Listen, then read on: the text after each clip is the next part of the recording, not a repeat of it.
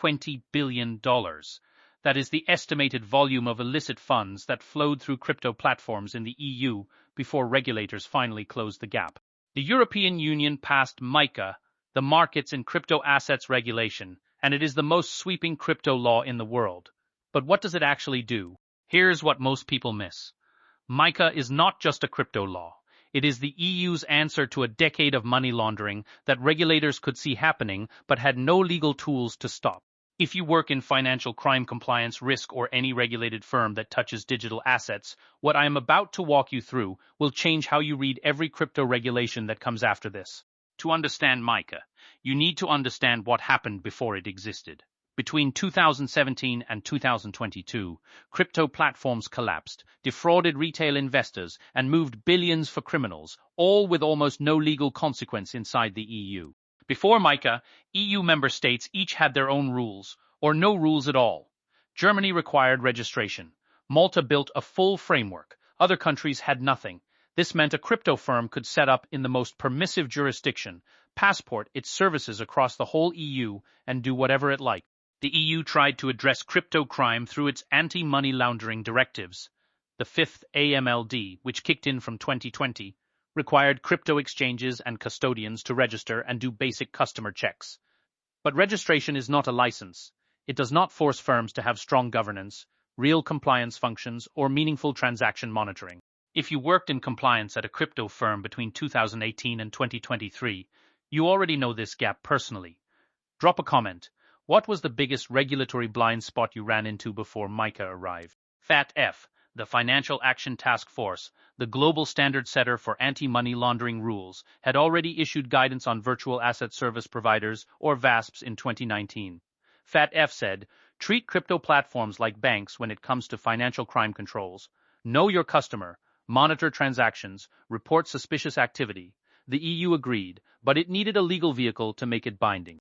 MiCA, Regulation EU 2023/1114, became that vehicle.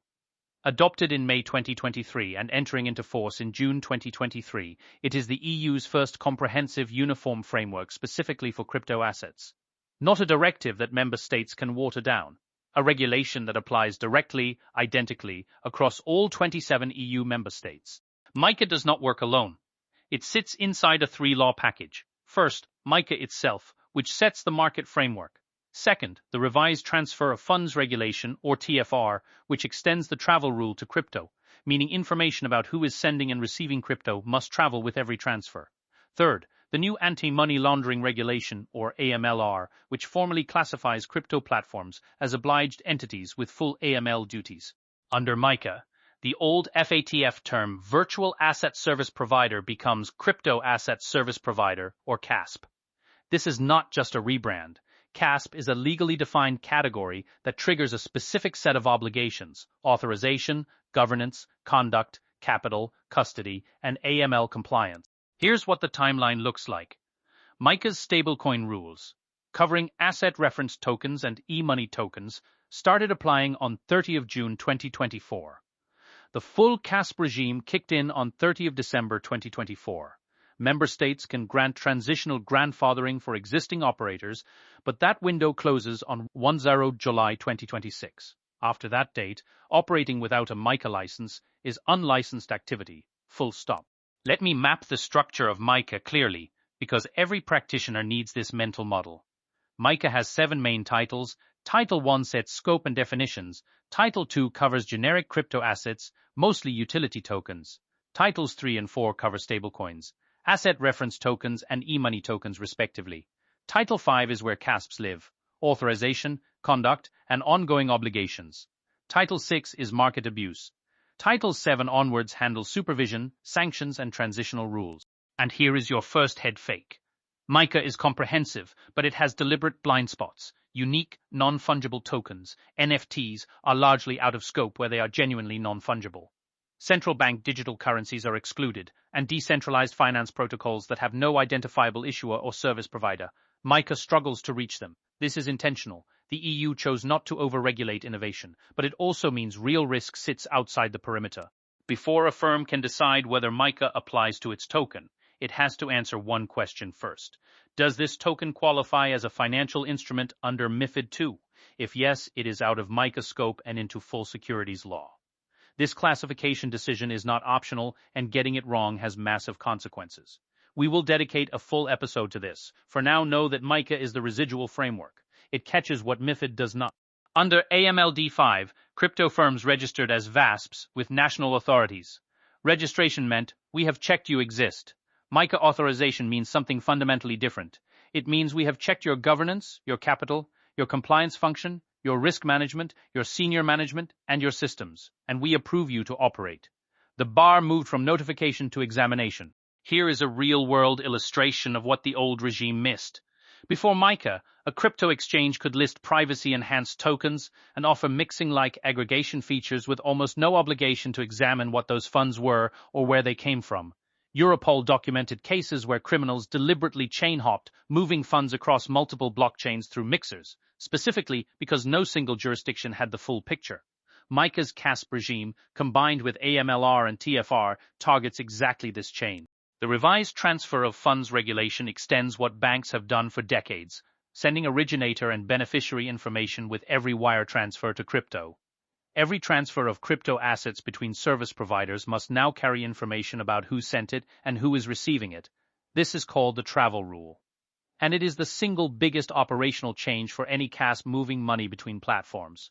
Before the travel rule applied to crypto, you could move funds from one exchange to another with zero information attached. A criminal moving funds could break the paper trail at every hop. Now, when a CASP sends crypto to another CASP, the receiving firm gets name, wallet address, and account data on the sender. If that data is missing or inconsistent, that is a red flag. If the sending firm cannot provide it, that itself triggers scrutiny. The anti-money laundering regulation, adopted in 2024, closes the definitional loop. It explicitly lists CASPs as obliged entities. This means know your customer procedures, ongoing monitoring, suspicious transaction reporting, and record keeping are not optional best practice. They are legal obligations with supervisory teeth behind them.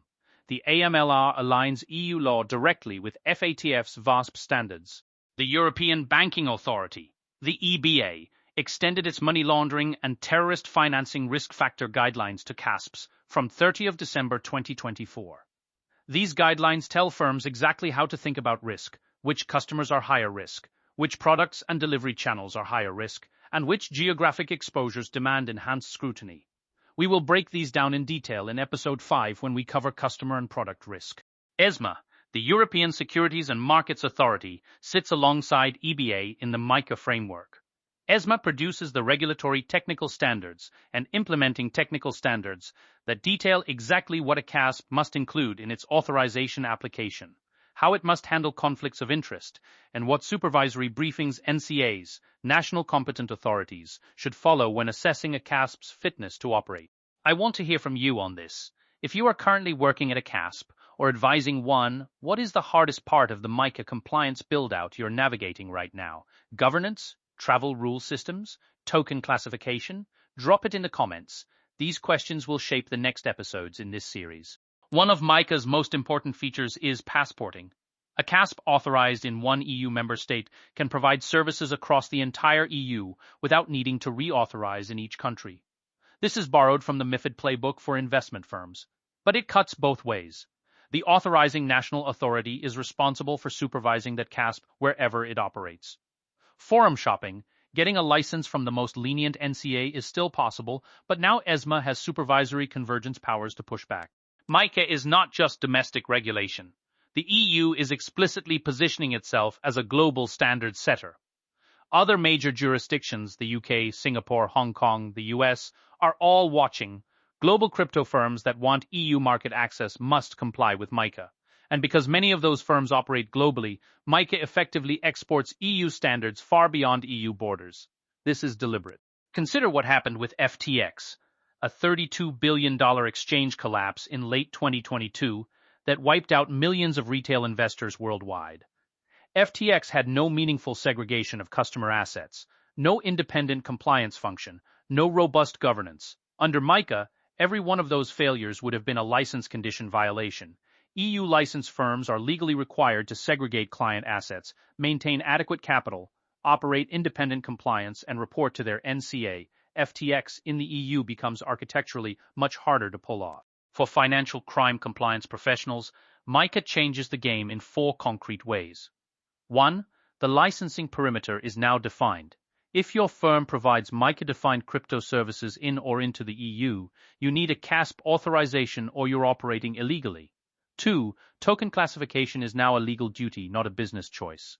3. AML controls are written into the authorization conditions. Weak KYC or poor transaction monitoring can cost you your license. 4. The travel rule is operational, your systems must handle it. I have put together a full reference map of the MiCA legal framework, all 8 titles, the key articles, and how AMLR and TFR layer on top at davincidiligence.com. If you are building a MiCA compliance program right now, it is a resource worth bookmarking.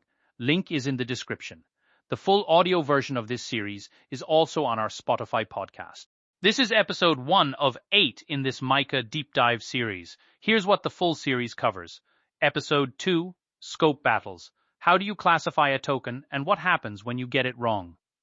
Episode 3, CASP Authorization. What the NCA actually checks and how to survive the process. Episode 4, Governance and Internal Controls. Episode 5, Customer and Product Risk, Privacy Coins, and DeFi. Episode 6, Transaction Monitoring and the Travel Rule in Practice. Episode 7, Stablecoins, RT, and EMT Risks. Episode 8, Enforcement and what license withdrawal actually looks like. The big picture is this. MiCA is not just about crypto markets. It is the EU's answer to a decade of financial crime risk that sat unregulated in the crypto space. It works as a system. MiCA sets the market rules, AMLR sets the AML obligations, and TFR ensures information travels with the money. Together, they operationalize what FATF recommended. Now the question is whether firms can build compliance programs fast enough to meet the standard. If this gave you a clearer picture of what MiCA is actually doing, subscribe. I publish new investigations and deep dives every week. Next episode, we go into the scope battles. What happens when a token is classified wrong? What the method line actually looks like in practice, and a case study of a firm that got it badly wrong. You do not want to miss that one.